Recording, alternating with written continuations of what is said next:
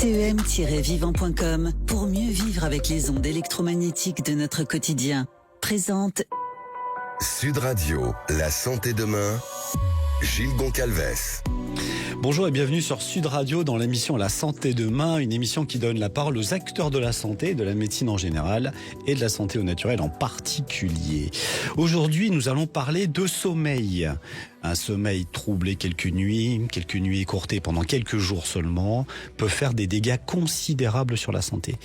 C'est pendant la période de sommeil dont nous passons un tiers de notre vie finalement que l'être, la physiologie, se régénère pour affronter la période diurne ou autrement dit l'état de veille.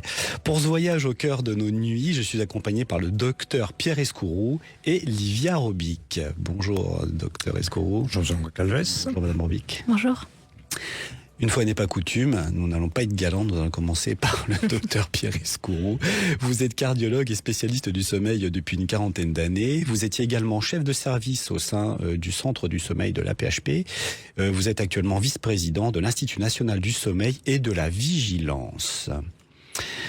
Cher docteur, le sommeil est un pilier de la santé. Est-ce que vous pouvez nous emmener un peu plus avant dans cette réalité ? J'appelle ça une réalité, puisque nous le vivons quand même un tiers de notre vie.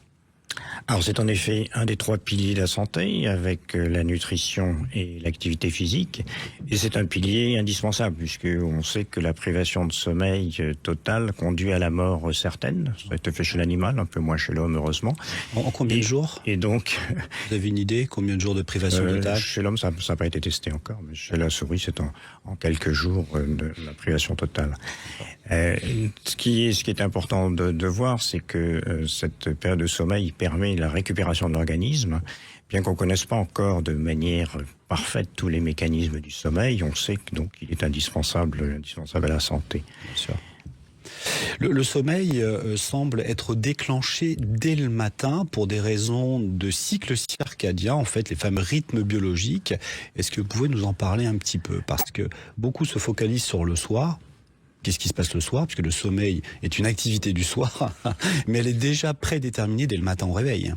Oui, c'est important en effet de faire démarrer son horloge par la vision de la lumière dès le matin, puisqu'on sait qu'il y a en effet un mécanisme qui va se dérouler tout au long de la journée, qui va être une accumulation du besoin de sommeil, et qu'il est donc important de déclencher en sortant le matin. C'est un conseil à donner déjà dès le départ à tous les gens qui nous écoutent. Après le petit déjeuner, une demi-heure à l'extérieur, exposé à la lumière, est indispensable pour avoir un rythme normal. Ouais, c'est fabuleux. Donc ça fait un peu monter le cortisol, il y a des récepteurs, il y a tout un tas de choses neurologiques qui se mettent en route. Le but, c'est que l'horloge puisse en effet arriver au moment de s'endormir à déclencher la sécrétion de mélatonine qui va nous permettre de nous endormir. Et si cette sécrétion n'intervient pas, le sommeil ne va pas s'installer correctement. D'accord, donc ça c'est une hormone qui est produite pendant le sommeil, la mélatonine. Et je peux rappeler que c'est un des plus puissants antioxydants du corps, donc elle répare énormément de choses. Elle produit la sérotonine également, donc la bonne humeur, si je puis dire. Elle participe à la réduction de l'inflammation, réduction du vieillissement prématuré. La mélatonine participe à la réduction des risques du cancer, réduction des maladies neurodégénératives, réduction du diabète et des symptômes épileptiques, amélioration du sommeil, de l'humeur et contribution au maintien de la masse. Donc vous comprenez que si on ne dort pas beaucoup de mélatonine, on se passe de notre, je dirais, plus grand facteur de réparation métabolique. Oui, on va avoir des conséquences sur les maladies cardio-métaboliques en particulier, puisque le sommeil est maintenant reconnu comme un facteur de risque important des développements de maladies cardio-métaboliques. Ouais. Le sommeil également a une fonction très importante dans l'équilibre de notre statut psychologique. Et le sommeil, l'insomnie en particulier, est un signe précurseur de dépression très important qu'il faut pouvoir repérer pour éviter de verser dans une dépression importante. En France, on est souvent nommé comme étant le pays de la dépression. Le pays qui consomme le plus de produits hypnotiques, qui est certainement à l'excès. La dépression également. On a une enquête annuelle de l'Institut du sommeil et de la vigilance montre que 30% des sujets interrogés de la population générale se considèrent soit comme anxieux, soit comme déprimés. Et ces gens-là ont une prévalence de troubles du sommeil très importante. Est-ce que les Français dorment vraiment bien finalement ? Alors les Français dorment, d'après cette enquête, donc en moyenne dans la semaine 6h50, donc une durée qui est inférieure aux recommandations qui sont entre 7h et 8h pour les adultes. 25% de la population dort moins de 6 heures, et ça on sait que c'est un risque important pour tout ce qui est maladie cardio-métabolique. On récupère un peu le week-end, à 1 heure de plus pendant le week-end, mais c'est insuffisant pour éviter ce qu'on appelle ce jet lag social, hein, cette différence de durée de sommeil dans la semaine qui est insuffisante pour récupérer correctement. Est-ce qu'on peut vraiment récupérer du sommeil ? Alors on peut récupérer, mais 1 heure est en général insuffisante. On a plus de doutes sur la possibilité de faire des réserves de sommeil, c'est-à-dire de prendre du sommeil en avance pour pouvoir le faire. Ça n'a pas été démontré de manière définitive. Mais la récupération est indispensable, mais pas toujours suffisante. Donc évidemment, un des symptômes du manque de sommeil, c'est la fatigue, mais est-ce qu'il n'y aurait pas d'autres signaux d'un mauvais sommeil que l'on sous-estime en général ? Alors la fatigue, faut bien s'entendre sur ce que c'est. La fatigue, en général, on considère que c'est plutôt un état qui est récupérable par une récupération physique, hein, par exemple la position allongée. Le sommeil, le manque de sommeil va plutôt donner de la somnolence. Somnolence et fatigue, c'est pas toujours facile de les distinguer, mais cette somnolence est très fréquente dans la population française. Et même chez les gens, chez les conducteurs, on considère qu'il y a à peu près 25% de gens qui conduisent qui ont un endormissement au cours de l'année. Donc des risques importants bien sûr liés à cette somnolence. Ouais, c'est énorme parce que le manque de sommeil cause un grand nombre d'accidents domestiques déjà, et ce manque de sommeil cause plus d'accidents de la route que l'alcool. Oui, tout à fait. Donc ça c'est extrêmement important. Y a-t-il différentes phases de sommeil pendant la nuit? Est-ce que ces phases sont importantes? Comment ça se passe? Oui, alors le sommeil est organisé en différents cycles. Hein. On a en général 4-5 cycles de sommeil de 90 minutes sur la nuit. Et en début de nuit prédomine le sommeil récupérateur. C'est ce qu'on appelle le sommeil lent profond. En fin de nuit, c'est plutôt le sommeil paradoxal, qui est considéré comme étant plus le sommeil de rêve, bien qu'on rêve aussi en sommeil lent profond. Et donc, ce qui est vraiment récupérateur, c'est le début de nuit, et il faut le privilégier, un sommeil de bonne qualité, qui soit indépendant des nuisances qu'on peut avoir. Et l'enquête de cette année de l'INSV a démontré qu'il y a beaucoup de nuisances qui vont perturber le sommeil, et la première étant le bruit. Les bruits de l'environnement, les bruits de voisinage, les bruits du conjoint éventuellement s'il ronfle, vont perturber le sommeil de manière importante. Ensuite viennent les nuisances liées à la lumière. Les gens en fait dorment de manière étonnante avec des lumières dans leur chambre. Et puis la troisième nuisance qui va se manifester de plus en plus avec le réchauffement climatique, c'est la température. L'excès de température est une nuisance importante également pour le sommeil. Parce que le corps a besoin de se refroidir pour rentrer dans le sommeil. Le corps doit éliminer de la chaleur pour pouvoir s'endormir et la température baisse au cours du sommeil d'un demi à 1 degré. Donc il n'y a pas d'autres éléments et d'autres facteurs qui viendraient en amont perturber le sommeil, comme aujourd'hui le fait qu'on soit éclairé longtemps alors qu'on devrait aller au lit, ce qui stimulerait un petit peu notre activité cérébrale, ou les objets connectés, les tablettes, les ordinateurs. Oui, alors il y a des éléments en effet qui sont liés aux nouvelles technologies, mais un élément important, c'est l'exposition à la lumière, comme je vous le disais tout à l'heure, dans la journée. Les gens qui sortent plus longtemps dans la journée ont un meilleur sommeil. Alors évidemment, il y a des nuisances maintenant qui apparaissent la nuit et qui sont associées à l'utilisation du téléphone. Hein, une partie importante, plus de 50% des gens gardent leur téléphone allumé la nuit. Il y a des gens qui s'endorment avec la télé, il y en a une grande proportion. Et évidemment, les écrans et l'exposition aux écrans le soir avant le sommeil est tout à fait préjudiciable à la qualité du sommeil et entraîne une plus grande latence d'endormissement. Oui, vous avez des recommandations par rapport à ça? D'éviter au maximum les écrans. C'est pas seulement la longueur d'onde qui est présente dans les LED des écrans, mais c'est aussi le contenu de ce qu'on regarde le soir qui va perturber le sommeil. Est-ce que ce serait pas aussi le fait que on soit complètement concentré en hyper activité cérébrale sur quelque chose qu'on regarde ou quelque chose qu'on étudie qui perturberait le cycle du sommeil. On pourrait passer ce cycle à cause de ça ? Oui, dans l'insomnie, cet aspect d'hypervigilance est en effet important. Il est souvent associé à des problèmes psychologiques, en particulier à l'anxiété. Il n'y aurait pas des mesures, on entend souvent parler de commencer à baisser les lumières, les tamiser un tout petit peu, réduire tous les espaces de bruit lumineux, d'interaction qui pourraient perturber la mise en sommeil. On sait par exemple que les lumières chaudes sont préférables aux lumières blanches la nuit. La latence de dormissement est très allongée par l'utilisation de lumière blanche, par exemple. Et évidemment, la diminution de l'environnement bruyant est également un facteur très important. Merci beaucoup, Dr Pierre Escourroux. On vous retrouve tout de suite pour une deuxième partie. CEM-vivant.com pour mieux vivre avec les ondes électromagnétiques de notre quotidien. Présente Sud Radio, la santé demain, Gilles Goncalves. De retour avec le docteur Pierre Escourroux et Livia Robic. Cher docteur, nous en étions aux différents facteurs qui aidaient le sommeil ou l'empêcher. Dans un des grands facteurs d'empêchement du sommeil, on parle souvent de l'apnée du sommeil. Qu'en est-il ? Alors c'est en effet une maladie qui est fréquente, puisque environ 30% des gens, des sujets interrogés se plaignent de troubles du sommeil dans l'enquête de l'INSV. 20% de cette population sont plutôt sujets à l'insomnie et on a environ 10% de sujets adultes qui souffrent de syndrome d'apnée du sommeil.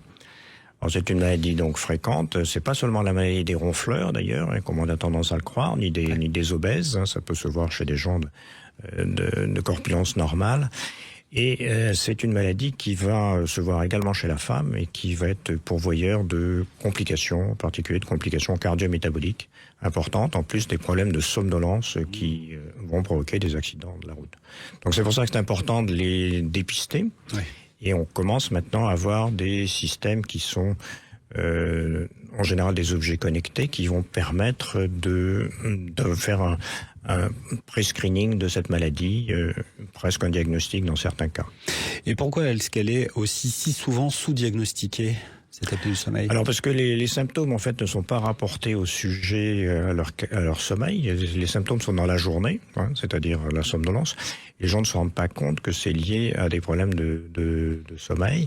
Et puis il y a d'autres symptômes comme l'hypertension artérielle, comme les maladies cardiovasculaires ou le diabète qui sont associés et qui ne sont pas reliés directement à ces pathologies du sommeil.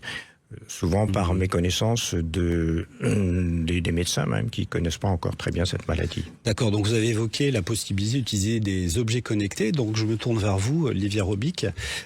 Quel type d'objet est-ce que vous pouvez proposer pour nous aider à mesurer les différentes phases du sommeil, si je puis dire, ou donnez-nous quelques explications pour savoir ce qu'il est le plus judicieux d'utiliser chez nous pour mesurer la qualité de notre sommeil ?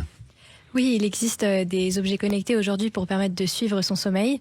Nous, chez Withings, on a notamment sorti le Sleep Analyzer.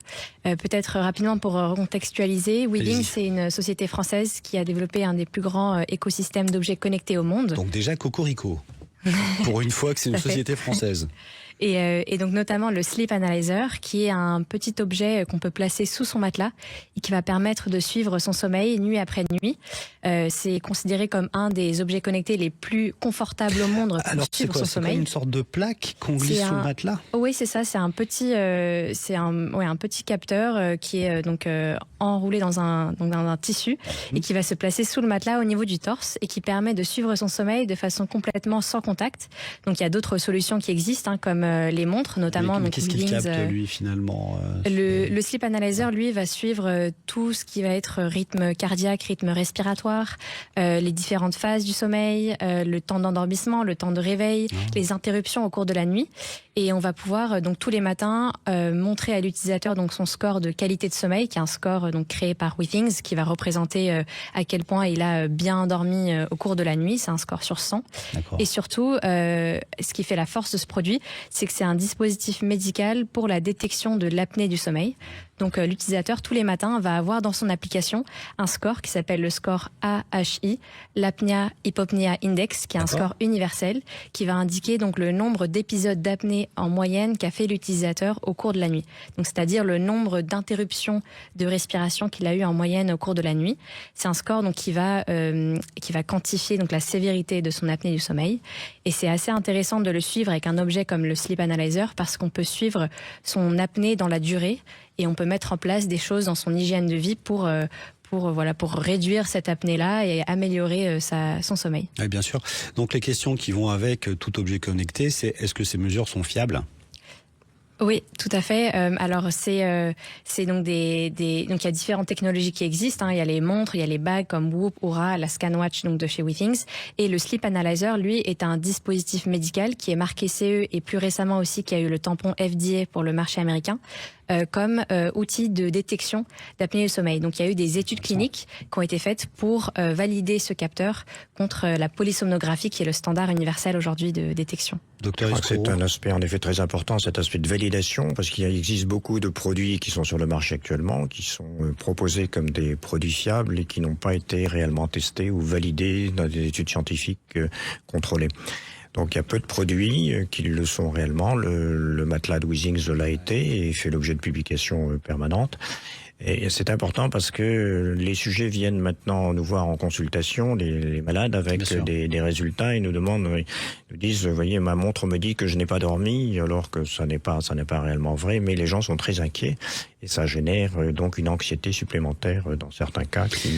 C'est vrai que dans le monde de l'appareil connecté, il y a souvent le cas de gens que je connais autour de moi qui me disent je suis en pleine forme et ma montre me dit que non. Donc comment je me repère dans tout ça? Donc vous chez WeThings, vous avez pu étalonner un peu plus proprement tout ça de manière à avoir à peu près la qualité requise pour confirmer ça, voire après sur diagnostic médical, j'imagine, mais les capteurs permettent de regarder ce qui se passe réellement pendant le sommeil, c'est ça? Oui, et ça c'est un point important et c'est la raison pour laquelle les instituts comme l'Institut du sommeil et de la vigilance font des recommandations à ce sujet sur les appareils fiables. Ah, effectivement. Est-ce que vous avez d'autres appareils à nous recommander Oui, il y a d'autres appareils développés par WeThings. Il y a notamment donc la montre, la ScanWatch 2, qui est une montre qui permet de suivre son sommeil également, mais qui permet aussi de suivre d'autres paramètres comme son activité au cours de la journée, la température, donc sa température corporelle. On peut faire un électrocardiogramme aussi avec détection de fibrillation auriculaire. Avec une seule entrée, je crois. Hein. Ah oui, c'est ça. Et la saturation en oxygène également. Donc c'est une montre un peu un accompagnant au quotidien qui permet de faire du suivi de la nuit et pendant la journée. On a également des tensiomètres, des balances connectées qui sont même ce qu'on appelle aujourd'hui des stations de santé parce qu'elles mesurent beaucoup plus que le poids. Cette montre, elle est connectée, elle permet ensuite d'emmener toutes ces variables et toutes ces indications, ces data comme on dit aujourd'hui, sur une application. C'est ça, de manière à pouvoir analyser ce qui se passe vraiment. Oui. Parce que l'idée d'avoir une montre connectée, c'est ce qui se passe dans l'organisme. Est-ce qu'il y a un rapport, alors je connais d'autres objets connectés évidemment, avec ce qu'on appelle la variation de la fréquence cardiaque? Oui, on a la variabilité de la fréquence cardiaque à la fois sur le Sleep Analyzer et sur la montre. Qui est un indicateur dont on parle de plus en plus pour justement refléter donc la récupération au cours de la nuit du dormeur. D'accord, qu'est-ce que vous en pensez, docteur? Oui, tous ces appareils connectés, en fait, représentent une rupture par rapport à ce qu'on faisait dans la médecine ancienne, de médecine qui était une médecine ponctuelle, avec une seule vision sur une nuit, une journée du patient. On a maintenant des données longitudinales sur plusieurs semaines, voire plusieurs mois pour le même patient, ce qui permet de décrire de manière beaucoup plus précise la pathologie du patient et de retrouver des anomalies qu'on n'avait pas suspectées jusque-là. Alors on a là maintenant donc des techniques qui sont non intrusives, qui perturbent pas l'organisme qu'on veut mesurer, parce que l'enregistrement de sommeil au laboratoire n'a rien à voir avec ce qui se passe à la maison, clairement. C'est sur une seule nuit. Maintenant, on a des données précises sur des durées prolongées qui permettent vraiment de caractériser la maladie, chose qu'on n'avait pas jusque-là. Oui, ça peut être intéressant aussi pour les profils de personnes qui ont des problèmes cardiaques, de voir peut-être qu'il peut y avoir éventuellement une petite fibrillation auriculaire. Oui, c'est ça. Il y a des phénomènes transitoires, des phénomènes qui n'apparaissent qu'à certaines périodes et qu'on ne soupçonnait pas jusque-là parce qu'on n'avait pas les moyens de les mesurer en permanence. C'est ça. Donc en fait, c'est mesuré et puis peut-être peuvent être transmises à un médecin qui, par analyse, dit écoutez, passez au cabinet parce qu'il faut que je contrôle quand même. Tout à fait. Il y a maintenant des tableaux de bord qui sont accessibles aux médecins et qui, aux États-Unis, c'est déjà une médecine qui est très formalisée, la médecine de monitoring à distance.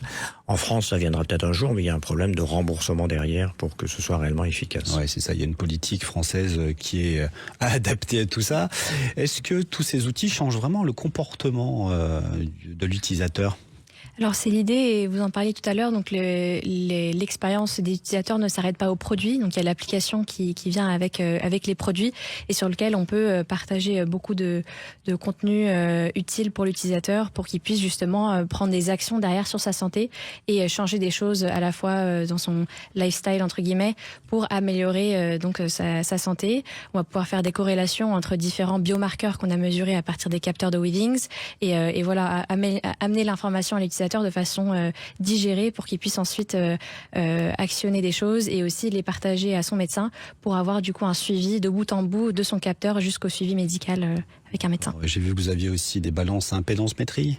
Oui, tout à fait. Oui, on a annoncé au CES cette année la Bodyscan 2, donc qui est la toute dernière station de longévité où on a tout un tas de capteurs, plus de 60 biomarqueurs qui permettent vraiment d'avoir un suivi cardio-métabolique complet sur la santé des patients et des utilisateurs au quotidien.